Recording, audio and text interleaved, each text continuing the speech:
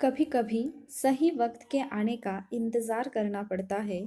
सूरज को भी तो ढलने के बाद निकलने में वक्त लगता है. गुड इव्हिनिंग वॉरियर्स आणि सर्व भावी अधिकारी.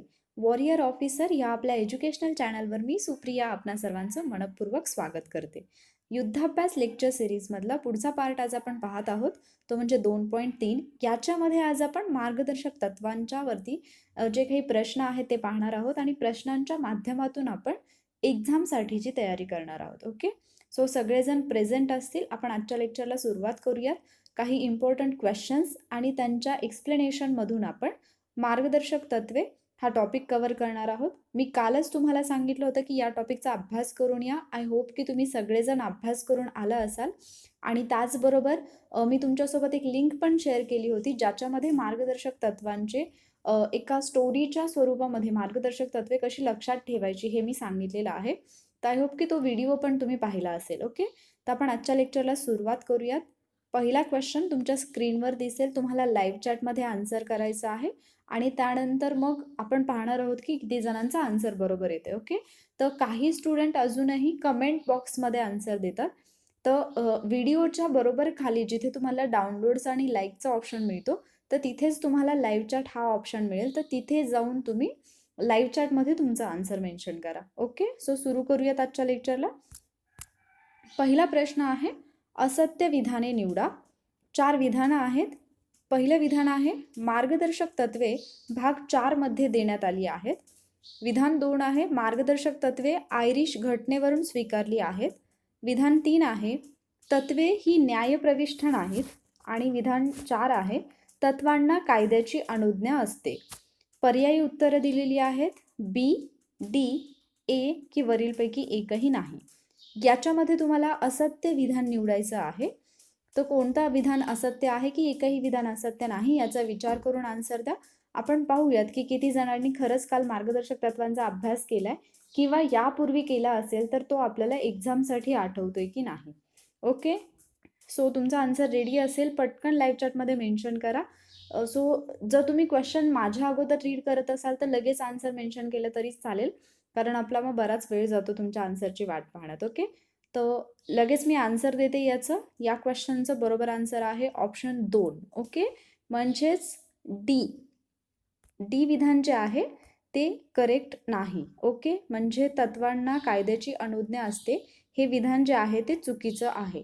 ओके, आता कसं चुकीचं आहे ते मी सांगेन तुम्हाला. त्यापूर्वी आपण पहिल्यांदा पहिली जी 3 विधानं आहेत त्यांच्या बाबतीत थोडीशी माहिती पाहूया. मार्गदर्शक तत्वे जी आहे ती राज्यघटनेच्या भाग 4 मध्ये देण्यात आलेली आहेत. हे अगदी बरोबर आहे. काल आपण मूलभूत हक्क पाहिले होते आणि मूलभूत हक्क भाग 3 मध्ये होते. मार्गदर्शक तत्व भाग 4 मध्ये आहेत. ओके, मार्गदर्शक तत्व जी आहेत ती आयरिश घटनेवरून स्वीकारण्यात आलेली आहेत. तर हे पण ज्यावेळेला आपण राज्यघटनेचं पहिलं लेक्चर पाहिलं तेव्हा पण आपण घटनेचे स्रोत पाहिले होते. त्याच्यामध्ये आपण पाहिलं होतं की मार्गदर्शक तत्वे हा जो घटक आहे किंवा ही जी तरतूद आहे ती आपण आयर्लंडकडून स्वीकारलेली आहे, म्हणजे आयरिश घटनेकडून स्वीकारलेली आहे. आणि मग आयर्लंडने कोणाकडून स्वीकारली असा कदाचित प्रश्न येऊ शकतो. तर आयर्लंडची घटना 1937 ची आहे आणि आयर्लंडने ती स्पेनकडून स्वीकारलेली आहेत. ओके, आणि आयर्लंडकडून ती आपण घेतलेली आहेत आपल्या राज्यघटनेमध्ये. पुढचा पॉईंट येतो, तत्वे ही न्यायप्रविष्ट नाहीत. तर हा मुद्दा अगदी बरोबर आहे. मूलभूत हक्कांच्या बाबतीत मी तुम्हाला सांगितलं होतं की जर तुमच्या मूलभूत हक्कांचं उल्लंघन झालं तर तुम्ही कोर्टाकडे जाऊ शकता, तुम्ही न्यायालयामध्ये जाऊन दाद मागू शकता की आमच्या मूलभूत हक्कांचं उल्लंघन झालेलं आहे. पण मार्गदर्शक तत्वांच्या बाबतीमध्ये तशी कोणतीही तरतूद नाही. म्हणजेच मार्गदर्शक तत्व ही न्यायप्रविष्ट नाहीत. म्हणजे मार्गदर्शक तत्वांचं उल्लंघन झालं तरी सुद्धा आपण कुठेही दाद मागू शकत नाही. ओके, आणि पुढचं जे विधान येतं, तत्वांना कायद्याची अनुज्ञा असते, तर हे विधान चुकीचं आहे. त्याचं रिझन म्हणजे मार्गदर्शक तत्वांना कायद्याची नव्हे तर मार्गदर्शक तत्वांना राजकीय किंवा नैतिक अनुज्ञा असते. ओके, म्हणजे आता अर्थातच ती न्यायप्रविष्ट नाहीत, कायद्याने बंधनकारक नाही आहेत, म्हणजे कायद्याची अनुज्ञा नाही. तर जर मार्गदर्शक तत्व ही न्यायप्रविष्ट जरी नसली तरी सुद्धा घटनेच्या कलम 37 मध्ये मार्गदर्शक तत्वांचं महत्त्व स्पष्ट केलेलं आहे. ओके, आणि त्याच्यामध्ये असं म्हटलेलं आहे की मार्गदर्शक तत्व ही देशामध्ये कोणताही कायदा करताना ती मूलभूत आहेत आणि या तत्वांचा आधार घेणं हे आवश्यक आहे किंवा हे राज्यसंस्थेचं कर्तव्य आहे आणि म्हणूनच ही जी मार्गदर्शक तत्वे आहेत ती राज्यसंस्थेवरती एक प्रकारचं नैतिक बंधन निर्माण करतात. म्हणजेच मार्गदर्शक तत्वांना राजकीय आणि नैतिक अनुज्ञा असते. ओके, त्यामुळे विधान 4 जे आहे ते चुकीचं आहे. ओके, आय होप हा क्वेश्चन तुम्हाला समजला असेल. आपण नेक्स्ट क्वेश्चनकडे जाऊयात. तर बेसिक लक्षात आलं असेल तुमच्या इथे की भाग 4 मध्ये दिलेली आहेत. त्यानंतर कलम 36 ते 51 ही मार्गदर्शक तत्वांशी रिलेटेड असणारी कलमं आहेत. पण त्याच्यामध्ये पण प्रत्यक्षात जर आपण पाहिलं तर कलम 38 पासून 51 पर्यंत मार्गदर्शक तत्व मेन्शन केलेली आहेत. 36 मध्ये व्याख्या दिलेली आहे आणि 37 मध्ये जी तत्व भाग 4 मध्ये असणारी जी तत्व आहेत ती लागू करण्यासंबंधित किंवा मार्गदर्शक तत्वांचं महत्त्व थोडक्यात स्पष्ट करणारं कलम 37 आहे.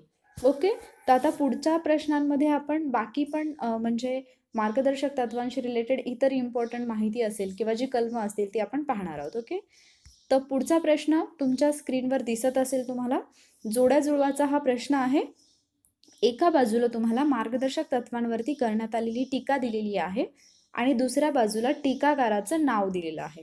ओके, तर मी पहिला कॉलम वाचते. नववर्षाचा निश्चय, केराची टोपली, घटनात्मक संघर्ष आणि अतार्किकपणे रचना. आणि टीकाकारांची नावं आहेत टी टी कृष्णाम्माचारी, के संथानम, नसीरुद्दीन आणि एन श्रीनिवासन. तर कोणत्या व्यक्तीने कोणती टीका केलेली आहे याच्यावरून तुम्हाला बरोबर जोड्या लावायच्या आहेत. पाहूयात आपण किती जणांना हे माहिती आहे. याची एक ट्रिक पण आहे, म्हणजे अगदी काही लॉजिक वगैरे नाही आहे, पण साधी सिंपल ट्रिक आहे, ती तुम्हाला लक्षात ठेवायला सोपी जाईल. तर ती ट्रिक पण मी तुमच्यासोबत शेअर करेन. तर अगोदर या प्रश्नाचं उत्तर लाईव्ह चॅटमध्ये द्या. आपण पाहूयात की किती जणांना येते याचं उत्तर आणि मग आपण नंतर लगेच एक्सप्लेनेशन पाहूयात. ओके, सो तुमचे आन्सर्स रेडी असतील तर लाईव्ह चॅटमध्ये मेन्शन करा. मी माझा आन्सर देऊ का लगेच? ओके, याचा आन्सर मी सांगते. तर याचं बरोबर उत्तर आहे पर्याय क्रमांक 1, म्हणजे 3, 1, 2, 4. ओके, तर नववर्षाचा निश्चय असं मार्गदर्शक तत्वांना कोण म्हटलेलं आहे? तर नसीरुद्दीन यांनी म्हटलेलं आहे. ओके, नववर्षाचा निश्चय असं नसीरुद्दीन यांनी म्हटलेलं आहे. त्यानंतर केराची टोपली असं टी टी कृष्णाम्माचारी यांनी म्हटलेलं आहे. घटनात्मक संघर्ष असं के संथानम यांनी म्हटलेलं आहे आणि अतार्किकपणे रचना असं एन श्रीनिवासन यांनी म्हटलेलं आहे. ओके, तर आता हे पॉईंट जे आहेत ते थोडे लक्षात ठेवायचे आहेत. आणि मार्गदर्शक तत्वांवरती टीका का करण्यात आली हा एक महत्त्वाचा मुद्दा येतो. तर हा पॉईंट पण तुम्हाला माहिती पाहिजे. तर मार्गदर्शक तत्व आपल्या राज्यघटनेमध्ये समाविष्ट करण्यात आली, पण ती न्यायप्रविष्ठ नाहीत किंवा ती राज्यसंस्थेवरती बंधनकारक नाहीत इन द सेन्स म्हणजे जर तुम्ही त्या बाबतीत त्याचं उल्लंघन झाल्यावर न्यायालयाकडे जाऊच शकत नसाल तर मग ती घटनेमध्ये कशासाठी टाकली तुम्ही, असा एक प्रश्न उभा झाला. बरोबर, त्यानंतर काही लोकांना असं वाटलं की हे उगीचच म्हणजे नवीन घटना आपण तयार करतोय म्हणून काहीतरी त्याच्यामध्ये समाविष्ट करायचं म्हणून केलंय. जसा नवीन वर्षाचा संकल्प बऱ्याच लोकांचा असतो की जो फक्त 1 जानेवारीपर्यंतच मर्यादित असतो, त्यानंतर ते विसरून जातात. तर अशी पण काही लोकांनी टीका केली. त्यानंतर घटनात्मक संघर्ष म्हणजे तुम्ही ही मार्गदर्शक तत्व घटनेमध्ये तर मेन्शन केलेली आहेत, पण त्याला संरक्षणच नाहीये किंवा मार्गदर्शक तत्वे मूलभूत हक्क यांच्यामध्ये जर वाद निर्माण झाला तर करायचं काय, त्यामुळे घटनात्मक संघर्ष अशी पण टीका याच्यावरती करण्यात आली. ओके, तर आता हे जे पॉईंट आहेत तर याच्यामध्ये नववर्षाचा निश्चय अशी टीका नसीरुद्दीन यांनी केली आहे. तर तुमच्या लक्षात येईल की नववर्षाचा निश्चयमध्ये नी सुरुवात होती ही टीका आणि ज्या व्यक्तीने केली तिचं नाव पण नसीरुद्दीन आहे. ओके, त्यामुळे नववर्षाचा निश्चय नसीरुद्दीन ही जोडी लक्षात ठेवू शकता. केराची टोपली कृष्णाम्माचारी, तर आता इथे पण केकेनी तुम्ही कनेक्ट करू शकता किंवा दुसरा एक पॉईंट आहे जो श्रीकृष्ण होता त्याचा जन्म झाल्यानंतर त्याला टोपलीमध्ये टाकून घेऊन गेले होते, राईट, तर त्याच्यावरून तुम्ही टोपली हे लक्षात ठेवू शकता. घटनात्मक संघर्ष, परत संघर्ष आणि संथानम हे 2 शब्द जे आहेत तर सुरुवात त्यांची सेम लेटरनी आहे आणि अतार्किकपणे रचना असं एन श्रीनिवासन यांनी म्हटलेलं आहे. ओके, तर आपण आता पुढच्या प्रश्नाकडे जाऊया. आय होप हे तुमच्या लक्षात आलं असेल. मग आता आपण पुढच्या प्रश्नाकडे वळूयात. पुढचा प्रश्न पाहूयात आपण. पुढचा प्रश्न आहे 42वी घटना दुरुस्ती अधिनियम 1976 अन्वये खालीलपैकी कोणत्या नवीन मार्गदर्शक तत्वांचा समावेश मूळ सूचीत करण्यात आला? म्हणजे अशी कोणती मार्गदर्शक तत्व आहेत जी 42व्या घटनादुरुस्तीने समाविष्ट करण्यात आली? ओके. पहिला दिलेला आहे बालकांच्या निरोगी विकासासाठी संधी सुनिश्चित करणे, कलम 39. दुसरा आहे समान न्यायाला चालना देणे आणि गरिबांना निशुल्क कायदेशीर मदत मिळण्याची व्यवस्था करणे, कलम 39A. तिसरा आहे औद्योगिक व्यवस्थापनामध्ये कामगारांचा सहभाग सुनिश्चित करण्यासाठी उपाययोजना करणे, कलम 43A. आणि चौथा आहे पर्यावरण सुधारणे व त्याचे संरक्षण करणे आणि वने व वन्यजीव यांचे संरक्षण करणे, 48A. परत पर्याय दिलेले आहेत ब क ड, ब आणि क, अ ब क ड की क आणि ड. तर याचं उत्तर लाईव्ह चॅटमध्ये मेन्शन करा. हा क्वेश्चन थोडा म्हणजे ज्याचा डीपमध्ये अभ्यास आहे आणि ज्यांच्या लक्षात राहिलेली आहेत कलमं, कारण इथे लक्षात ठेवणंच गरजेचं आहे. जर तुम्ही कालचं लेक्चर व्यवस्थित पाहिलं असेल तर मे बी तुमच्या लक्षात असेल. म्हणजे जे मी तुम्हाला सांगितलं होतं मार्गदर्शक तत्वांचं लेक्चर पाहिलं तर त्याच्यामध्ये मी व्यवस्थित एक्सप्लेन केले की कोणती कलमं कोणत्या घटना दुरुस्तीने समाविष्ट करण्यात आली. आणि मार्गदर्शक तत्वांवरती असे प्रश्न येतात की कोणती मार्गदर्शक तत्व कोणत्या घटना दुरुस्तीने समाविष्ट करण्यात आलेली आहेत. हा एक क्वेश्चन आहे की बा अशा टाईपचे क्वेश्चन येतील की 42व्या घटना दुरुस्तीने कोणतं कलम आहे किंवा कोणतं मार्गदर्शक तत्व आहे ते समाविष्ट करण्यात आलेलं नाही. ओके. तर असे प्रश्न येतात, त्यामुळे ह्या गोष्टी जरा व्यवस्थित करून ठेवा. तर याचं उत्तर आपण पाहूयात. 42व्या घटना दुरुस्तीने कोणत्या नवीन मार्गदर्शक तत्वांचा समावेश मूळ सूचित करण्यात आला? तर याचं बरोबर उत्तर आहे पर्याय क्रमांक 3 अ ब क ड. म्हणजे ही चारही मार्गदर्शक तत्व जी आहेत ती 42व्या घटना दुरुस्तीने मार्गदर्शक तत्वांच्या यादीमध्ये समाविष्ट करण्यात आलेली आहेत. ओके. तर बालकांच्या निरोगी विकासासाठी संधी सुनिश्चित करणे हे जे आहे ते 39F मध्ये दिलेलं आहे. म्हणजे 39 स्मॉल एफ. ओके. 39 जे कलम आहे तर त्याच्यामध्ये वेगवेगळ्या तरतुदी आहेत किंवा वेगवेगळी मार्गदर्शक तत्व दिलेली आहेत. त्याच्यापैकीच एक आहे बालकांच्या निरोगी विकासासाठी संधी सुनिश्चित करणे. ओके. त्यानंतर समान न्यायाला चालना देणे आणि गरिबांना निशुल्क कायदेशीर मदत मिळण्यासाठी व्यवस्था करणे. तर कलम 39A हे सुद्धा नव्याने समाविष्ट करण्यात आलं 42वी घटना दुरुस्ती 1976नी. औद्योगिक व्यवस्थापनामध्ये कामगारांचा सहभाग 43A मध्ये दिलेला आहे. हे सुद्धा 42व्या घटना दुरुस्तीने ऍड करण्यात आलं. आणि पर्यावरण संरक्षणाशी रिलेटेड असणारं मार्गदर्शक तत्व सुद्धा नव्याने म्हणजे 42व्या घटना दुरुस्तीने समाविष्ट करण्यात आलं. तर आपण पाहूयात की नवीन मार्गदर्शक तत्व कोणती आहेत आणि कोणत्या घटना दुरुस्तीने समाविष्ट करण्यात आली. तर सगळ्यात महत्त्वाची आहे ती 42वी घटना दुरुस्ती आणि 42व्या घटना दुरुस्तीवरतीच प्रश्न विचारण्यात आलेले आहेत बऱ्याचदा. त्यामुळे ही घटना दुरुस्ती लक्षात ठेवा. तर यांनी 4 कलमं जी आहेत ती समाविष्ट करण्यात आली, जी आत्ताच्या आपल्या क्वेश्चनमध्ये होती तीच 4 आहेत. ओके. 39F बालकांच्या विकासाशी संबंधित, 39A समान न्याय आणि कायदेविषयक मोफत सहाय्य, 43A उद्योगधंद्यांच्या व्यवस्थापनामध्ये कामगारांचा सहभाग आणि 48A पर्यावरणाचे संरक्षण आणि संवर्धन. ओके. 44व्या घटना दुरुस्तीने एक कलम आहे ते नव्याने ऍड करण्यात आलं आणि ते म्हणजे 38चं उपकलम 2. तर याच्यामध्ये काय सांगितलेलं आहे? राज्य हे उत्पन्नाची विषमता जी आहे ती किमान पातळीवर आणण्याचा आटोकाट प्रयत्न करेल, हे 44व्या घटना दुरुस्तीने सांगण्यात आलं. 86वी घटना दुरुस्ती आहे तर 86व्या घटना दुरुस्तीने कोणतंही नवीन कलम ऍड नाही केलं. मात्र 86व्या घटना दुरुस्तीने कलम 45ची वाक्यरचना बदलली. ओके. तर तिथे म्हणजे कलम 45 मध्ये असं म्हटलेलं आहे की 6 वर्षांखालील बालकांचं संगोपन आणि शिक्षण याच्यासाठी राज्य जे आहे ते तरतूद करेल. म्हणजे आत्तापर्यंत आपण जनरली 21A कलम असेल किंवा मूलभूत कर्तव्य जे आपण पाहणार आहोत तर त्याच्यामध्ये आपण पाहतो की 6 ते 14 वर्ष वयोगटातील जे मुलं आहेत तर त्यांच्या शिक्षणाच्या तरतुदीबद्दल म्हणजे काय म्हणतो आपण तरतूद ही राज्यघटनेत आहे. पण मार्गदर्शक तत्वांच्या बाबतीत विचार केला तर इथे 6 वर्षांखालील बालकांचे संगोपन असं दिलेलं आहे. ओके.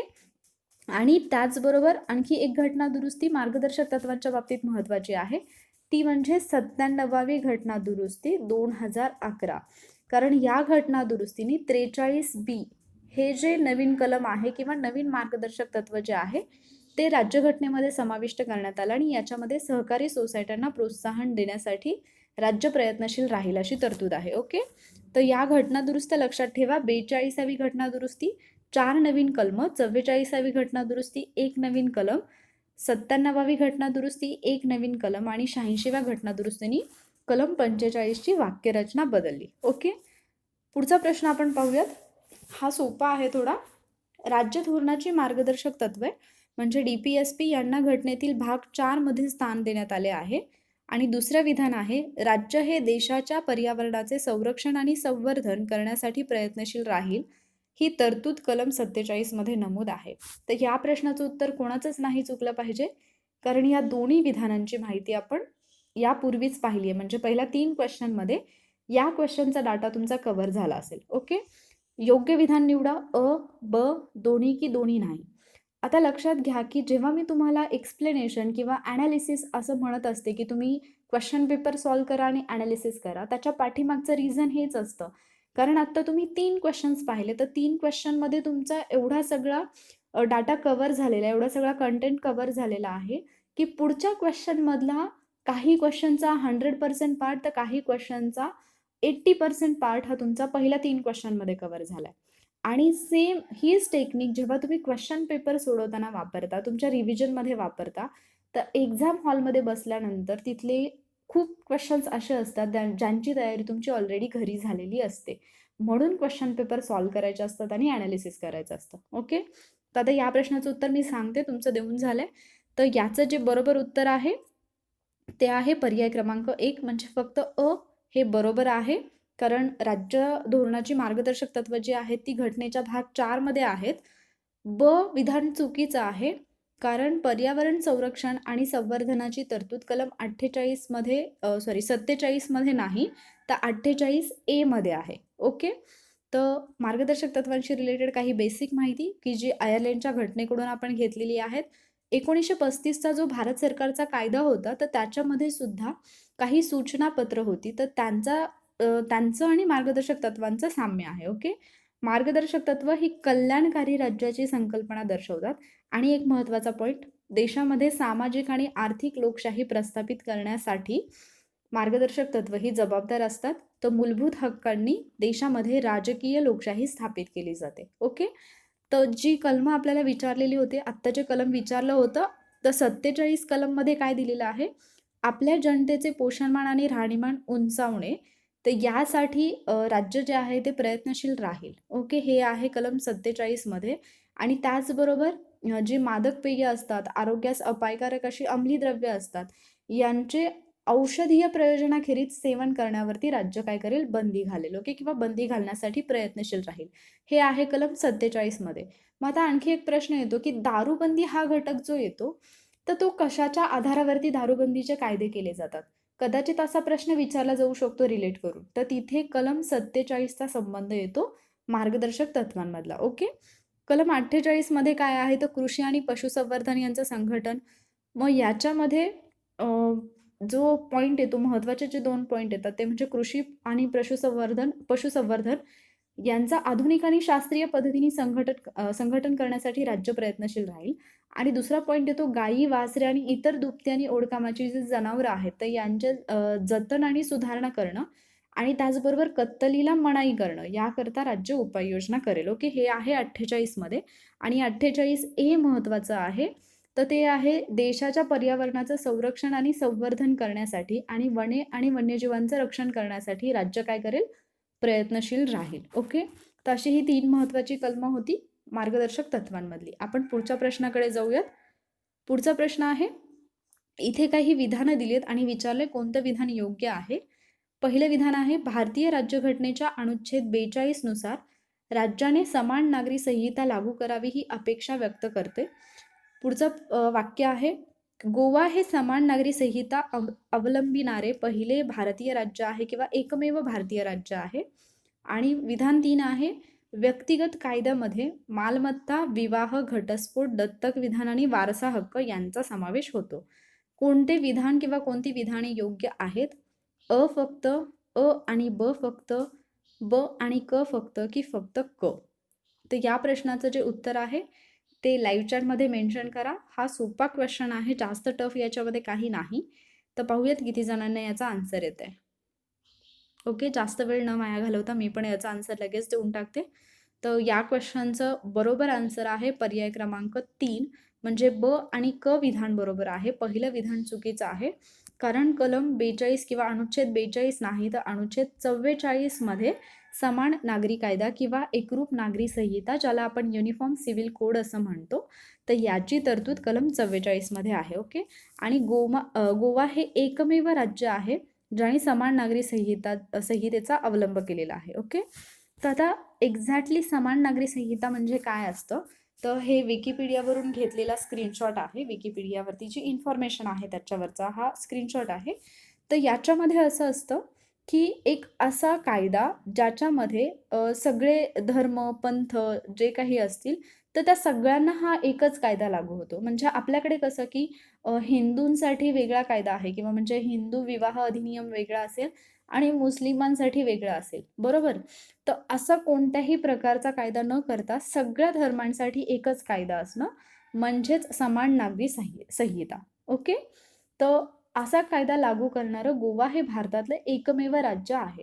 तर तुम्ही कमेंट बॉक्समध्ये किंवा लाईव्ह चॅटमध्ये मेन्शन करायचे की गोवाने एकरूप नागरी संहिता कधी स्वीकारली आहे, कारण असा क्वेश्चन येऊ शकतो. ओके, पुढचा प्रश्न आपण पाहूयात. पुढचा प्रश्न आहे भारतीय राज्यघटनेच्या कुठल्या आर्टिकलनुसार राज्य सरकारांनी वन्य जमातींकडून अन्य लोकांकडे जमीन हस्तांतरण करण्यास प्रतिबंध करण्याचे धोरण स्वीकारले. आर्टिकल 36, आर्टिकल 46, आर्टिकल 39 की वरीलपैकी एकही नाही. हा येऊन गेलेला क्वेश्चन आहे, याचा आन्सर तुम्हाला येत असेल. पाहूयात आपण किती जणांना याचा आन्सर येत आहे. ओके, व्यवस्थित रीड करा क्वेश्चन. याच्यामध्ये काय विचारले, वन्य जमातींकडून अन्य लोकांकडे जमीन हस्तांतरण करण्यास प्रतिबंध करण्याचे धोरण सरकारने किंवा राज्यघटनेने कुठल्या आर्टिकलनुसार, राज्य सरकारने कुठल्या आर्टिकलनुसार स्वीकारलेलं आहे.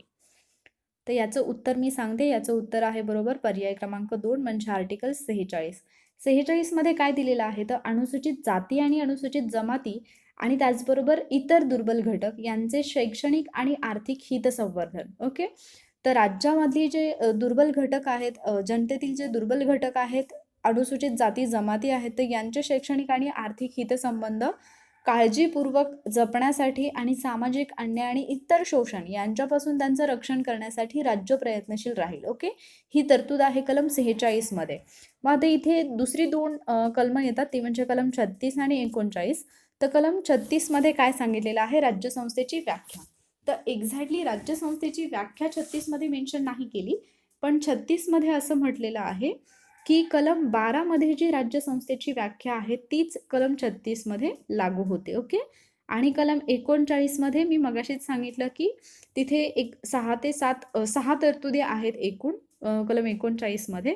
तर त्याच्यामध्ये राज्यसंस्थेने पाठपुरावा करावा अशा काही धोरणांची विशिष्ट तत्वे याच्यामध्ये समाविष्ट करण्यात आलेली आहेत. ओके, आणि मग 39 मधलं मगाशी आपण एफ पाहिलं होतं की बालकांचा विकास म्हणजे बालकांना विकास करण्याची संधी जी आहे ती 39 एफ मध्ये आहे. ओके, आपण पुढच्या क्वेश्चनकडे जाऊयात. पुढचा क्वेश्चन आहे, खालीलपैकी कोणते मार्गदर्शक तत्व हे समाजवादी तत्व नाही. ओके, प्रश्न व्यवस्थित वाचायचा आणि मगच आन्सर द्यायचं. पहिला आहे सर्वांना समान कामाबद्दल समान वेतन. दुसरा आहे समान न्याय व मोफत कायदेविषयक सहाय्य. तिसरा आहे समान नागरी कायदा आणि चौथा आहे संपत्ती व उत्पादन साधनांचे केंद्रीकरण रोखणे. तर जरी तुम्हाला हे माहीत नसेल की समाजवादी तत्व काय आहे किंवा बाकीची तत्व काय आहेत, यांचं हे जे बायफर्गेशन आहे किंवा विभागणी आहे किंवा जे प्रकार आहेत ते म्हणजे काय आहे एक्झॅक्टली, तरी थोडं लॉजिक जरी लावलं तरी तुम्हाला कुठली तरी 3 तत्व एकसारखी दिसतील आणि एक तत्व वेगळं दिसेल. ओके, तर त्याच्यावरून सुद्धा तुम्ही एलिमिनेशन मेथडनी ते काढू शकता. तर याचं उत्तर मी सांगते. याचं बरोबर उत्तर आहे पर्याय क्रमांक 3, समान नागरी कायदा हे समाजवादी तत्व नाही. ओके, तर आत्ता जे पेज तुमच्या समोर दिसतं याचा स्क्रीनशॉट घ्या किंवा PDF मी नंतर तुम्हाला देईनच.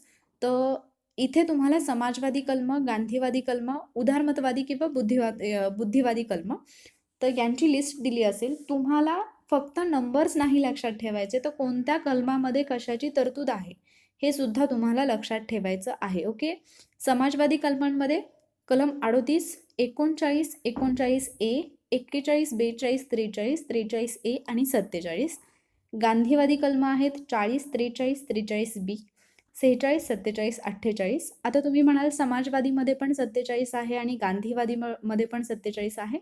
तर त्याचे जे 2 पार्ट आहेत, म्हणजे 47 मध्ये पण 2 तरतुदी आहेत. तर त्यातली एक तरतूद समाजवादीमध्ये जाते आणि एक गांधीवादीमध्ये जाते. ओके. उदारमतवादी किंवा बुद्धिवादी ज्यांना म्हणतो आपण, त्याच्यामध्ये 44, 45, 48, 48A, 49, 50, 51 ही तत्व येतात. ओके. तर आता याची लिस्ट बनवून ठेवा की कोणत्या कलमामध्ये कशाची तरतूद आहे. लक्षात ठेवायला अवघड जात असेल तर स्टोरी जी मी सांगितलेली आहे तो व्हिडिओ पाहून घ्या. ओके. पुढच्या क्वेश्चनकडे आपण जाऊयात. पुढचं क्वेश्चन आहे, खालीलपैकी कोणती मार्गदर्शक तत्वे ही मूळ राज्यघटनेचा भाग नव्हती, परंतु नंतर घटनादुरुस्तीने त्यांचा समावेश करण्यात आला. परत एकदा असाच क्वेश्चन आला. मगाशी आपण पाहिलं होतं की 42व्या घटनादुरुस्तीने कोणती समाविष्ट करण्यात आली, आणि आता प्रश्न आहे की अशी कोणती आहे जी नव्याने समाविष्ट करण्यात आली. तर मी त्यांची लिस्ट मगाशीच तुम्हाला दाखवली होती. आता पाहूयात की याच्यातल्या किती जणांचं उत्तर बरोबर येतंय. पहिला ऑप्शन आहे उत्पन्नातील विषमता कमी करणे. दुसरा आहे पर्यावरणाचे संरक्षण व संवर्धन आणि वने व वन्यजीव सृष्टीचे रक्षण करणे. तिसरा आहे समान कामाबद्दल स्त्री पुरुषांना समान वेतन.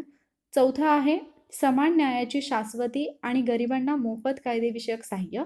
आणि पाचवा आहे सर्व नागरिकांना उपजीविकेची पुरेशी साधने सुरक्षित करणे. पर्यायी उत्तरं दिलेली आहेत अ ब क, ब क ड, क ड ई आणि अ ब ड. तर अशी कोणती आहेत जी मूळ राज्यघटनेमध्ये नव्हती, मात्र नव्याने समावेश करण्यात आला त्यांचा.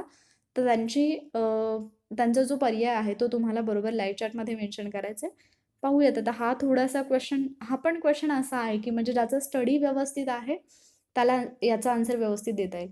बऱ्याच जणांना ही डिफिकल्टी असते की नाही लक्षात राहत, कारण मार्गदर्शक तत्व खूप आहेत आणि तिथे आपण कुठलं स्किप करायचं हे पण नाही ठरवू शकत, कारण प्रत्येक मार्गदर्शक तत्व आपल्याला रीड केलं की इम्पॉर्टंट वाटतं. ओके. आणि म्हणूनच मी तुम्हाला ती स्टोरीच्या स्वरूपामध्ये प्रोव्हाइड केली होती. अजूनही जर मिस झाली असतील आणि याचे क्वेश्चन्स जर चुकत असतील तर एकदा पाहून घ्या, कारण त्याच्यामधून त्या स्टोरीच्या माध्यमातून सगळे लक्षात राहतात. ओके. तर याचं उत्तर मी सांगते.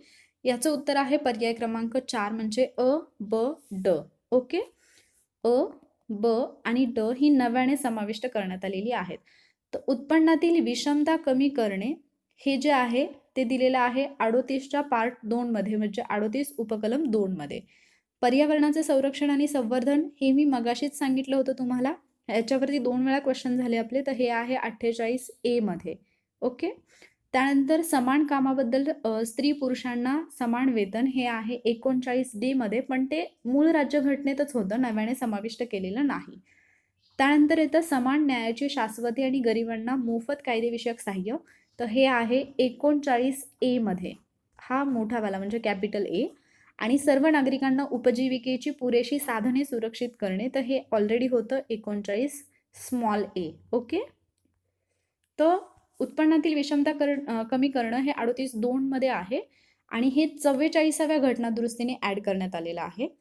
पर्यावरणाचं संरक्षण 48A मध्ये आहे आणि हे 42व्या घटनादुरुस्तीने ॲड करण्यात आलेलं आहे. आणि समान न्याय व कायदेविषयक मोफत सहाय्य हे 39A मध्ये आहे आणि ते 42व्या घटनादुरुस्तीने ॲड करण्यात आलेलं आहे. ओके. तर हे पॉईंट लक्षात ठेवा, हे खूप इम्पॉर्टंट आहेत आणि याच्यावरती हे ज्यावेळेला तुम्ही परफेक्ट लक्षात ठेवाल तेव्हाच ते तुम्हाला एक्झाममध्ये आठवेल. अदरवाईज जर तुम्ही रीड करून सोडून देत असाल आणि तुम्हाला वाटलं की मला एक्झाममध्ये आठवेल, तर नाही, याच्यावरती कन्फ्युजन होऊ शकतं. ओके. हा पॉईंट असा आहे की इथे तुमचं कन्फ्युजन होऊ शकतं. ओके. तर आपण पुढच्या क्वेश्चनकडे जाऊयात. आता इथे परत एकदा मागच्या क्वेश्चनमध्ये मी जे तुम्हाला दाखवलं होतं की नव्याने समाविष्ट करणारी, तर ती सेम स्लाईड इथे आहे. पुढच्या क्वेश्चनकडे जाऊयात. पुढचा क्वेश्चन आहे मार्गदर्शक तत्वासंबंधी खालील विधानांची सत्यता तपासा. 3 विधानं दिलीत आणि याच्यामध्ये तुम्हाला कोणतं विधान गैरलागू ठरतंय, म्हणजे सत्य नाही, ते ओळखायचं आहे. पहिलं विधान आहे या तत्वांचे 1935च्या कायद्यामधील सूचना पत्रकांशी साम्य आहे. 2. डॉक्टर आंबेडकर यांनी मार्गदर्शक तत्वे ही सूचना पत्रकांचे दुसरे नाव आहे असं म्हटलं आहे. आणि 3. राज्यघटनेत तत्वांचे वर्गीकरण 3 भागात केले आहे. कोणतं विधान गैरलागू ठरतं? अ, ब, क की यापैकी नाही? हे तुम्हाला लाईव्ह चॅटमध्ये मेन्शन करायचं आहे. आणि अर्थात याच्यातल्या प्रत्येक पॉईंटवरती मी बोललेली आहे. तर पाहूयात याचं किती जणांना उत्तर येते आणि कन्फ्युजन किती जणांचं होते. ऑलमोस्ट सगळ्यांचं बरोबरच येईल, कोणाचं कन्फ्युजन नाही होणार, कारण तेवढं क्लिअर झालं असेल की मार्गदर्शक तत्व एक्झॅक्टली काय आहे ते. ओके. तर पहिलं विधान तर मगाशीच मी सांगितलेलं आहे. याचं उत्तर सांगून देते. याचं उत्तर आहे पर्याय क्रमांक 3. ओके. पहिलं विधान 1935च्या कायद्यामधील सूचनापत्रकांशी याचं साम्य आहे, तर हे बरोबर आहे. दुसरं विधान जे आहे, डॉक्टर आंबेडकर यांनी असं म्हटलं होतं की मार्गदर्शक तत्व हे सूचनापत्रकाचंच दुसरं नाव आहे, तर हेही बरोबर आहे.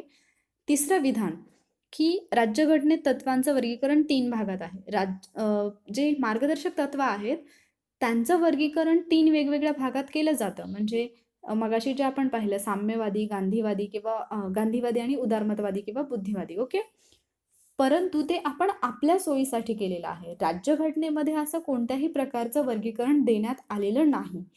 त्यामुळे जरी समजा असा एखादा क्वेश्चन आला की राज्यघटनेतल्या तरतुदीनुसार कोणतं असं मूलभूत कर्तव्य आहे जे साम्यवादी आहे किंवा नाही, असा प्रश्न जर आला तर त्या प्रश्नाचं उत्तर यापैकी नाही हेच येणार. कारण राज्यघटनेमध्ये मार्गदर्शक तत्वांचं असं कुठेही वर्णन केलेलं नाही किंवा असं कुठेही वर्गीकरण केलेलं नाही की हे साम्यवादी आहे, हे गांधीवादी आहे आणि हे उदारमतवादी आहे. ओके. हे आपल्या सोयीसाठी, आपल्या अभ्यासासाठी आपण केलेलं वर्गीकरण आहे. त्यामुळे तिसरं विधान जे आहे हे इथं गैरलागू ठरतं. ओके. त्यामुळे या प्रश्नाचं बरोबर उत्तर होतं पर्याय क्रमांक 3. पुढचा प्रश्न पाहूयात आपण. संविधानातील कलम 36 मधील राज्यसंस्था या संकल्पनेत खालीलपैकी कशाचा समावेश होतो? भारताचे शासन व संसद, घटक राज्य शासन व विधिमंडळ, सर्व स्थानिक प्राधिकारी आणि देशातील इतर सर्व सार्वजनिक प्राधिकारी. अ आणि ब, अ ब क ड, अ ब ड आणि अ क ड. तर बरोबर उत्तर लाईव्ह चॅटमध्ये मेन्शन करा. हा क्वेश्चन पण इझी आहे आणि याच्याबद्दल ऑलरेडी आपण आय थिंक मूलभूत हक्कामध्ये आपण याच्याबद्दल डिस्कस केलेलं आहे असं मला वाटतंय. सो पाहूयात की याचा आन्सर किती जणांना येते. तर जास्त वेळ वाया न घालवता मी पण याचा आन्सर देऊन टाकते. तर याचा आन्सर जे आहे ते आहे पर्याय क्रमांक 2 म्हणजे अ ब क ड. ओके. भारताचं शासन आणि संसद, घटक राज्यांचं शासन आणि विधिमंडळ, सर्व स्थानिक प्राधिकारी आणि देशातील सर्व इतर सार्वजनिक प्राधिकारी या सर्वांचा समावेश राज्यसंस्था या संकल्पनेमध्ये होतो. ओके. कलम 36 मध्ये असं म्हटलेलं आहे की राज्यसंस्था या शब्दोल्लेखाची व्याख्या भाग 3 मध्ये कलम 12 मध्ये दिलेल्या व्याख्याप्रमाणे असेल. आणि कलम 12 मध्ये जी राज्यसंस्थेची व्याख्या दिलेली आहे त्याच्यामध्ये कशाचा समावेश होतो? भारताचे शासन आणि संसद म्हणजेच संघराज्य शासनाची कार्यकारी आणि कायदेविषयक अंग, घटक राज्य शासन आणि विधिमंडळ म्हणजेच घटक राज्य शासनाची कार्यकारी आणि कायदेविषयक अंग, सर्व स्थानिक प्राधिकारी मग त्याच्यामध्ये नगरपालिका, पंचायती, जिल्हा परिषदा, जिल्हा मंडळे, न्यास या सगळ्या गोष्टी आणि भारताच्या राज्यभूमीतील किंवा भारत सरकारच्या नियंत्रणाखालील इतर प्राधिकरण. ओके. त्याचबरोबर सर्वोच्च न्यायालयाने सुद्धा काही संस्थांना राज्यसंस्थेचा दर्जा दिलेला आहे. पण ते पण पॉईंट लक्षात ठेवा की सर्वोच्च न्यायालयाने कोणाला दिलेला आहे आणि राज्यघटनेमध्ये कोण आहे. तर राज्यघटनेमध्ये मेन्शन असणारे इथे तुम्हाला दिसत आहेत. या व्यतिरिक्त जे आहेत LIC वगैरे, तर त्यांना सर्वोच्च न्यायालयाने दर्जा दिलेला आहे. तर तिथे पण परत राज्यघटनेने की सर्वोच्च न्यायालयाने हे तुम्हाला क्वेश्चन रीड करताना प्रॉपरली रीड करायचं, अदरवाईज तुमचा क्वेश्चन चुकू शकतो. ओके. आपण पुढचा प्रश्न पाहूयात. पुढचा प्रश्न जोड्या लावाशी संबंधित आहे. एका बाजूला कलमं दिलेली आहेत आणि दुसऱ्या बाजूला त्या कलमामध्ये असणारी तरतूद दिलेली आहे. ओके. कलम 43, 48, 43A आणि 49 आणि दुसऱ्या बाजूला दिलेलं आहे कृषी व पशुसंवर्धन यांचे संघटन, राष्ट्रीय स्मारकांचे संरक्षण, कामगारांसाठी उपजीविका वेतन आणि औद्योगिक व्यवस्थापनामध्ये कामगारांचा सहभाग. तर याच्यामध्ये कुठल्या कलमामध्ये कोणती तरतूद आहे हे शोधा आणि लाईव्ह चॅटमध्ये बरोबर जोडी मेन्शन करा. आपण याचं बरोबर आन्सर आहे ते लगेच पाहणार आहोत. थोडंफार एक्सप्लेनेशन पण पाहूयात. ओके. तर तुमच्या आन्सर्स पटपट मेन्शन करा. आपण पाहूयात की कलम 43 मध्ये काय आहे, 48 मध्ये काय आहे, 43A मध्ये काय आहे आणि 49 मध्ये काय आहे. तर याचं बरोबर उत्तर देऊ मी आता. या प्रश्नाचं बरोबर उत्तर आहे पर्याय क्रमांक 2 म्हणजे CADB. कलम 43 मध्ये कामगारांना निर्वाह वेतन किंवा कामगारांसाठी उपजीविका वेतन याची तरतूद आहे. तर 1 ला C असणारे 2 पर्याय आहेत, त्यामुळे 1 आणि 4 पर्याय जो आहे तो एलिमिनेट झाला. त्यानंतर कलम 48 मध्ये कृषी आणि पशुसंवर्धन यांचे संघटन आहे. 43A मध्ये उद्योगधंद्यांच्या व्यवस्थापनामध्ये कामगारांचा सहभाग आहे, म्हणजेच औद्योगिक व्यवस्थापनामध्ये कामगारांचा सहभाग आहे. आणि 49 मध्ये राष्ट्रीय स्मारकांचे संरक्षण आहे. ओके, त्यामुळे पर्याय क्रमांक 2 हे आहे या प्रश्नाचं बरोबर उत्तर. ओके, तर तुमच्या लक्षात आलं असेल. अशीच तुम्हाला 36 पासून ते 51 पर्यंतची कलमं लक्षात ठेवायची आहेत. हे इम्पॉर्टंट आहे, कारण याच्यावरती जोड्या लावायला प्रश्न येऊ शकतात. कधी कधी डिरेक्टली एखाद्या कोणत्या कलमामध्ये कशाची तरतूद आहे असा सुद्धा प्रश्न येऊ शकतो. ओके, त्यानंतर पुढचा प्रश्न आहे, हा सोपा क्वेश्चन आहे पण इम्पॉर्टंट आहे. भारतीय राज्यघटनेतील मार्गदर्शक तत्वांचे म्हणजे DPSPचे स्वरूप आणि महत्त्व यासंबंधी कोणते कलम आहे, म्हणजे याचं स्वरूप आणि महत्त्व कोणत्या कलमामध्ये सांगितलेलं आहे असं या प्रश्नामध्ये विचारलेलं आहे.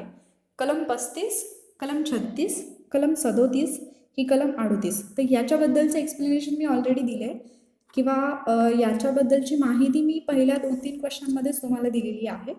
तर पाहूयात. लास्ट क्वेश्चन आहे, इझी आहे, ज्याला मी चॉकलेट क्वेश्चन म्हणते. तर खूप इझी क्वेश्चन आहे. पाहूयात किती जणांना याचा आन्सर येत आहे. ओके, DPSPचं स्वरूप आणि महत्त्व हे कोणत्या कलमामध्ये दिलेलं आहे असं विचारलंय. तर या प्रश्नाचं जे बरोबर उत्तर आहे ते आहे पर्याय क्रमांक 3. ओके, म्हणजे कलम 37. आता इथे आणखी कन्फ्युजन कसं होऊ शकतं माहिती आहे की तुम्हाला सलग दिसले 35, 36, 37, 38. आपल्याला माहिती आहे की जिथून मार्गदर्शक तत्वे सुरू होतात तिथून दुसऱ्या नंबरचं कलम जे आहे ते याचं बरोबर आन्सर आहे. पण मग 36 पासून की 35 पासून घाईघाईमध्ये वाचनामध्ये जर गडबड झाली तर आपण कदाचित 36 हे आन्सर देऊ शकतो. ओके, तर कलम 37 मध्ये काय तरतूद आहे, तर मार्गदर्शक तत्व म्हणजे भाग 4 मध्ये जी असणारी तत्व आहेत ती लागू करण्याशी संबंधित तरतूद आहे. आणि त्याचबरोबर यांचं स्वरूप कसं आहे, म्हणजे ही गैरन्यायप्रविष्ट आहेत. ओके, तर याची माहिती कलम 37 मध्ये दिलेली आहे.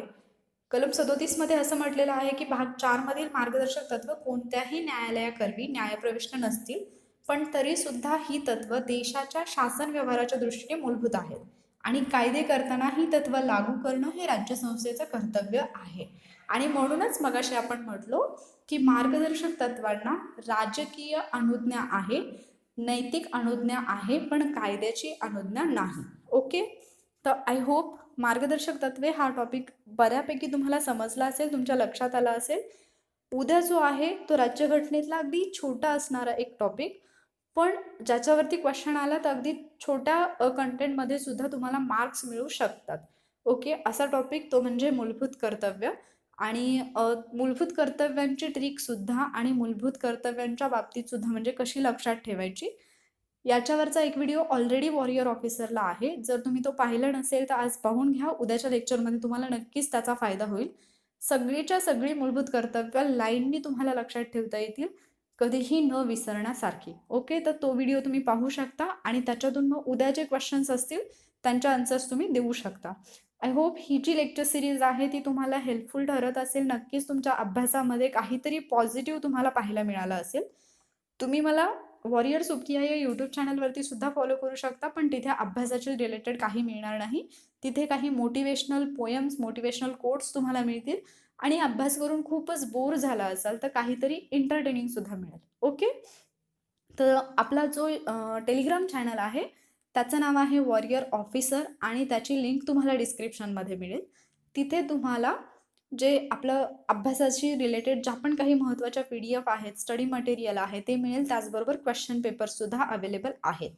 तर जर तुम्हाला युद्धाभ्यास ही लेक्चर सिरीज हेल्पफुल वाटत असेल, युजफुल वाटत असेल तर आजच्या लेक्चरला लाईक करा, तुमच्या फ्रेंड्ससोबत शेअर करा आणि त्याचबरोबर अजूनही तुम्ही वॉरियर ऑफिसर या आपल्या यूट्यूब चॅनलला सबस्क्राईब केलं नसेल तर पटकन सबस्क्राईब करा. स्वतःची काळजी घ्या, खुश राहा, हसत राहा, स्टे सेफ. Thank you warriors.